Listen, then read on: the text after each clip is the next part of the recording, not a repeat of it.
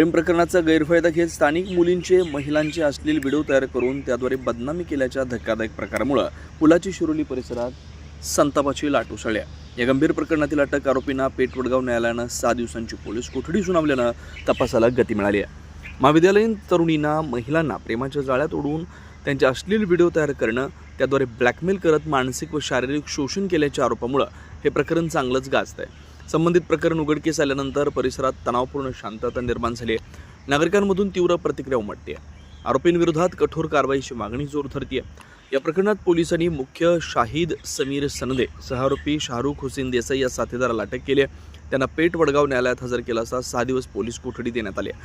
तपासादरम्यान mobile, electronic पुरावे, social मीडियावरील व्यवहार तसेच आणखी काही पीडित तरुणींच्या तक्रारीचा तपास केला जाणार असल्याची माहिती पोलीस सूत्रांनी दिली. या प्रकरणाची व्याप्ती वाढण्याची शक्यता व्यक्त होती. आणखी काही धक्कादायक बाबी समोर येण्याची शक्यता नाकारता येत नाही. घटनेनंतर पुलाची शिरोली परिसरातील बजरंग दल, शिवप्रतिष्ठान, हिंदुस्थान, सर्वपक्ष लोकप्रतिनिधी, डॉक्टर असोसिएशन, मेडिकल असोसिएशन, व्यापारी वर्गातून, ग्रामस्थ व महिला वर्गातून संताप व्यक्त करण्यात आला आहे. दोषींवर कठोर कारवाई व्हावी, शिक्षा व्हावी. संबंधित प्रकरणाची SIT मार्फत सखोल चौकशी करून इतर आरोपींनाही जेरबंद करावं अशी मागणी करण्यात येते.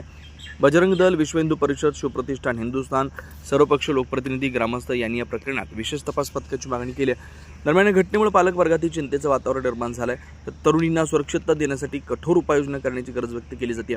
या प्रकरणातील तपास अधिक व्यापक पातळीवर सुरू असून आरोपींकडून महत्त्वाची माहिती मिळण्याची शक्यता पोलिसांनी वर्तवली आहे. 6 दिवसांच्या पोलीस कोठडीतून या प्रकरणातील आणखी धागेदोरे उलगडण्याची शक्यता असल्यानं संपूर्ण परिसराचं लक्ष या तपासाकडे लागलं आहे.